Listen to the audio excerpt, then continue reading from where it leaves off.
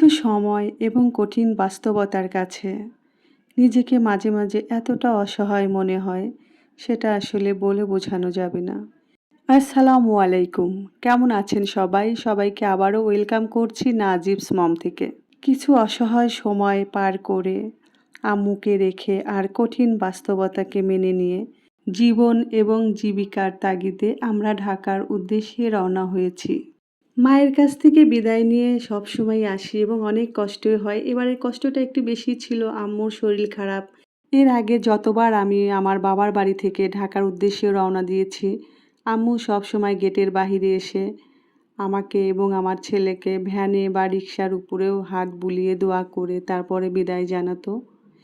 এইবার আম্মু প্রথম নিচে নামতে পারলো না, দোতলার বারান্দা দিয়ে আমাদের হাত নাড়িয়ে আর চোখের পানি দিয়ে আমাদেরকে বিদায় জানালো। ভালো থাকুক পৃথিবীর সকল মা, এই দোয়া আল্লাহ সুবহানাহু তাআলার কাছে সর্বদা। আপনাদের সাথে কথা বলতে বলতে যমুনা সেতু পার করে বেশ অনেকটা পথ আমরা চলে এসেছি। এটা টাঙ্গাইল বাইপাস একটা হোটেল। এখানে বাস 20 মিনিটের জন্য বিরতি দিয়েছে আর এখানে আমরা নেমেছি। নাজিবকে সাথে নিয়ে আমি একটু ঘুরছি আর ওর কিছু ছবি তুলছি। আমার ছেলের প্যান্টটা খুলে যাচ্ছে, দাঁতও বের হয়ে গেছে। নাজিব গ্রামে আসলেই ওর শরীরটা অনেক খারাপ হয়ে যায়, আর এবার তো আমার শরীরটা খারাপ ছিল আর ওর যত্নও তেমন নিতে পারিনি। একটা ছবি তুলতে চাচ্ছি কিন্তু ছবি তোলা খুবই কঠিন, নাজিব স্থিরই হচ্ছে না। আর আমার ছেলের ছবি তোলা মানেই অসাধ্য সাধন করা, কখনোই তাকে ভালো কোনো ছবি তোলা যায় না। আর এদিকে নাজিবের বাবা অশ্রমে গিয়েছে আর এবারে আমাদের সাথে ছিল ভাইয়া। আম্মু অসুস্থ, আম্মুকে দেখতে গিয়েছিল ভাইয়া। ভাইয়া সহ আমরা সবাই এখন ঢাকা ফিরছি, আমরা বাসায় চলে আসব। আর ভাইয়া ঢাকা থেকে মুন্সিগঞ্জ চলে যাবে। আমাদের বাসায় আসতে আসতে প্রায় 8টার বেশি বেজে গিয়েছিল।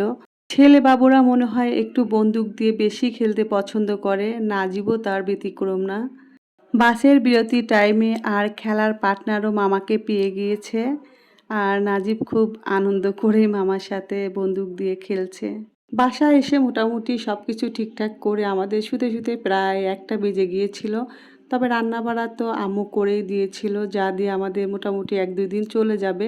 সকালবেলা উঠে আমরা খাওয়া দাওয়া করে এই তো ঘরটর পরিষ্কার করে নিচ্ছি আর এর মাঝে মিঠাইকে গোসল করিয়ে দিচ্ছি, কারণ মিঠাই নানা বাড়ি দাদা বাড়ি ঘুরে এসে একদম ক্লান্ত। আর ওকে ওইখানে একদিন মাত্র গোসল করিয়েছিলাম, আজকে গোসল করিয়ে দিলাম। বাসায় অনেক দিন না থাকলে যা হয়, ঘরটা কেমন যেন একটা গন্ধ হয়ে যায় এবং ধুলাবালু যে কোত্থেকে আসে। মিঠাইকে নিয়ে দাদা বাড়ি যাওয়ার সময় বাসের মধ্যে একটা ছবি। ঘুমানো এবং খাওয়ার জায়গা যদি পরিষ্কার না থাকে খুবই খারাপ লাগে, এ দুটোই আগে পরিষ্কার করে নিলাম। তো সব কিছু তো আর ভিডিও করা সম্ভব না, ডাইনিং টেবিলের কিছু জিনিস ধুয়ে দিয়েছি। আর এই সুযোগে মিঠাই এসে এখানে তার গাটা শুকিয়ে নিচ্ছে। আর আমি যেখানে থাকবো বেশিরভাগ টাইমে ও আমার পিছে পিছেই থাকবে। ভালো থাকবেন সবাই, সবার শুভকামনায়। আল্লাহ হাফেজ, আসসালামু আলাইকুম।